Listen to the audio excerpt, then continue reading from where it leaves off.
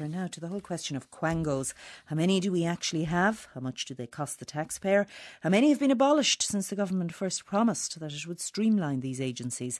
Might any changes be too costly in terms of the disruption that would cause? Well, there's several questions that we asked Philip Boucher-Hayes to take a look at. And first, he dealt with that issue of exactly how many Quangos we have. The amazing thing, Mary, is that nobody actually really knows. We haven't been able to keep account of the way that the Quangos have been proliferating. They have been growing so fast.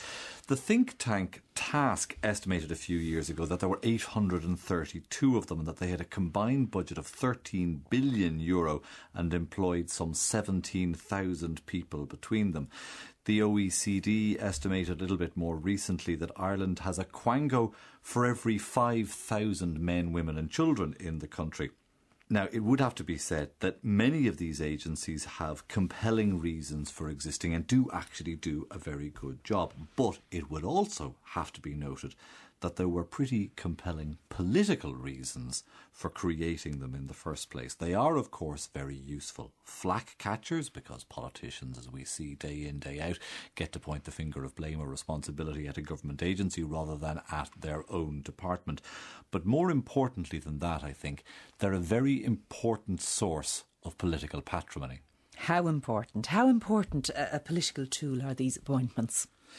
It's quite shocking that ministers directly, the individual ministers, have it in their power to make over 2,500 appointments directly to the boards of these various Quangos.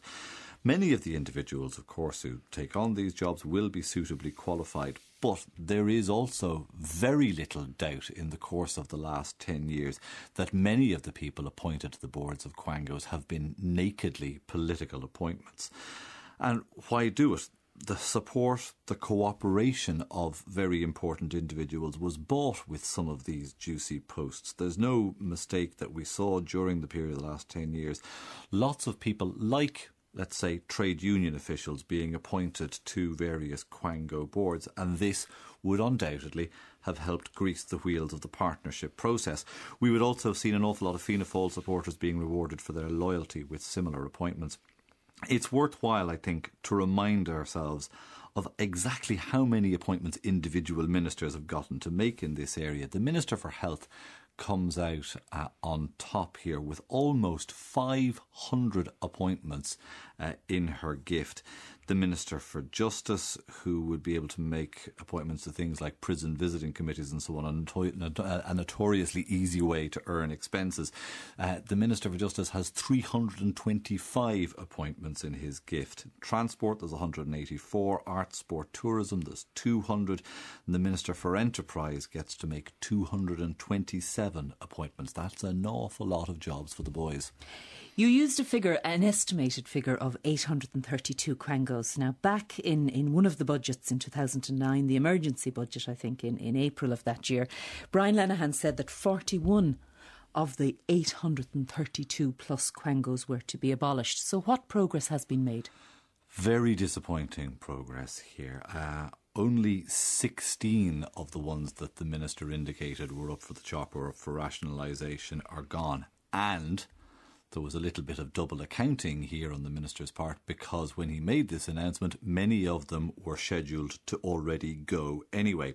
So what they have managed to achieve, I suppose you would consider to be like picking pretty low-hanging fruit from the tree. Anyway, you've had things like the mergers of the Censorship of Publications Board with the Office of the Film Censor, or combining of the back office staff of the Equality Authority and the Human Rights Commission. It hasn't really achieved a huge amount budgetarily, and it can't have been too hard to push through in the first place. Well, are they gone, or are they being subsumed with their full staff complement into other organisations and other Quangos? Well, let me put it to you this way. Of the 16 that have gone since 2009, quite a few would be like the Educational Disadvantage Committee. Wait for this, its term of office ended in 2005 anyway, and it hadn't spent any of its budget in the 2 years before the Minister abolished it. Yet the Minister gets to put it in the column of successes of Quangos that have actually gone. Also one like... But did it have a staff? prior to 2005, yes. Since then, no, it hadn't been spending any money. The National Adult Learning Council has gone, but they last met in 2003 and they hadn't been given any funding since then. The Centre for Early Childhood Development Education was given a 3-year mandate in 2005, so that would have run out after 2008.